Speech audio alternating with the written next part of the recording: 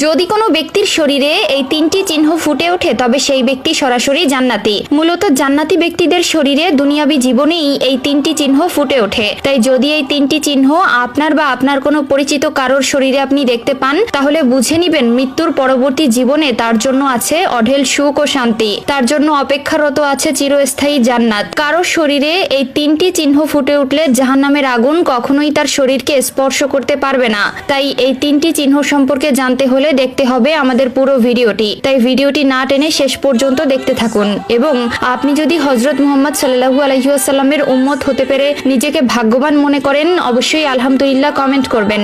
আজকে আমার প্রিয় নবীর ভালোবাসার মানুষগুলোকে দেখতে চাই। প্রিয় দর্শক, অবশ্যই ভিডিওটি শেয়ার করতে ভুলবেন না। আপনার একটি শেয়ারে হয়তো অনেক মানুষ পাপ কাজ থেকে নিজেকে হেফাজত করতে পারবে। প্রিয় নবী বলেছেন, যে ব্যক্তি আমার হাদিস শুনে অন্যকে শেয়ার করলো তার জন্য কিয়ামতের দিন আমার সুপারিশ ওয়াজিব হবে। তো চলুন বেশি কথা না বলে শুরু করি আজকের ভিডিও। পৃথিবীতে কিছু সংঘটিত হওয়ার আগে যেমন আমরা লক্ষণ দেখতে পাই তেমনি ভাবে কোনো ভালো কিছু হওয়ার আগে ভালো লক্ষণ দেখা যায়। তাই জান্নাতি ব্যক্তিদের মৃত্যুর আগে শরীরে তিনটি চিহ্ন বা লক্ষণ ফুটে উঠবে, যা দেখলে বুঝতে হবে ব্যক্তিটি জান্নাতি। জান্নাতি ব্যক্তির প্রথম যে চিহ্নটি প্রকাশ পায় তা হলো ব্যক্তির মৃত্যুর আগে আল্লাহ তাআলার নাম নিয়ে মৃত্যুবরণ করে এবং মৃত্যুর সময় কালিমায়ে শাহাদাত পাঠ করে। মৃত্যুর আগে কালিমা পাঠ করা এটি জান্নাতে যাওয়ার সবথেকে বড় নিদর্শন। মানুষ মরণশীল, যার জীবন আছে তাকে মরতে হবে। আল্লাহ তাআলা বলেন প্রত্যেক প্রাণীকেই মৃত্যুর স্বাদ গ্রহণ করতে হবে। যে ব্যক্তি মৃত্যুর সময় কালিমা পড়ে ইন্তেকাল করবে তার জন্য জান্নাত সুনিশ্চিত। এ কারণে রাসূলুল্লাহ সাল্লাল্লাহু আলাইহি ওয়াসাল্লাম মৃত্যুর পথযাত্রীকে তাওহীদের কালিমা তালকিন দেওয়ার জন্য বলেছেন।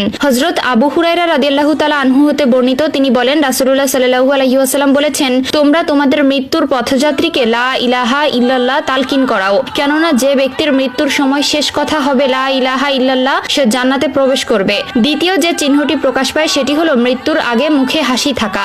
জান্নাতি ব্যক্তির মৃত্যু সহজ হয়, যার ফলে মৃত্যুর আগে জান্নাতি ব্যক্তির মুখমণ্ডলে প্রশান্তি ও উজ্জ্বলতা দেখা যায়। এটি তার আল্লাহর সন্তুষ্টি অর্জনের প্রতীক। আল্লাহ তাআলা কোরআনের মধ্যে বলেছেন, যারা ঈমান এনেছে এবং সৎ কাজ করেছে তাদের জন্য রয়েছে জান্নাতের সুসংবাদ। তৃতীয় যে চিহ্নটি দেখা যায় সেটি হলো জান্নাতি ব্যক্তি মৃত্যুর আগে দুনিয়া ও সম্পদ ও পরিবার পরিজনের প্রতি অতিরিক্ত অনাসক্ত হয়ে পড়ে এবং মৃত্যুর আগে সৎ কাজ ও আল্লাহর ইবাদতে আরো বেশি মনোযোগী হয়ে ওঠে। সে বুঝতে পারে যে এই জগৎ ক্ষণস্থায়ী এবং আসল জীবন আখিরাতে। তাই সে দুনিয়ার মায়া ত্যাগ করে আখিরাতের জন্য প্রস্তুতি নিতে থাকে। তার অন্তরে পাপের প্রতি ঘৃণা তৈরি হয় এবং নেক আমলের প্রতি ভালোবাসা বাড়ে। এছাড়াও মৃত্যুর আগে যদি কেউ তার সকল ঋণ শোধ করতে পারে, অর্থাৎ কোনো ঋণের বোঝা ছাড়াই মৃত্যুবরণ করে, তাহলে বুঝে নিবেন সেই ব্যক্তিটি জান্নাতি। কেননা ঋণের বোঝা নিয়ে কেউ কখনো জান্নাতে যেতে পারে না। মৃত্যুর আগে এই তিনটি লক্ষণ জান্নাতি ব্যক্তির বৈশিষ্ট্য এবং ঈমানদার জীবনের প্রতীক। তাই আমাদের উচিত এসব গুণ অর্জনের জন্য দুনিয়াতে সৎ কাজ করা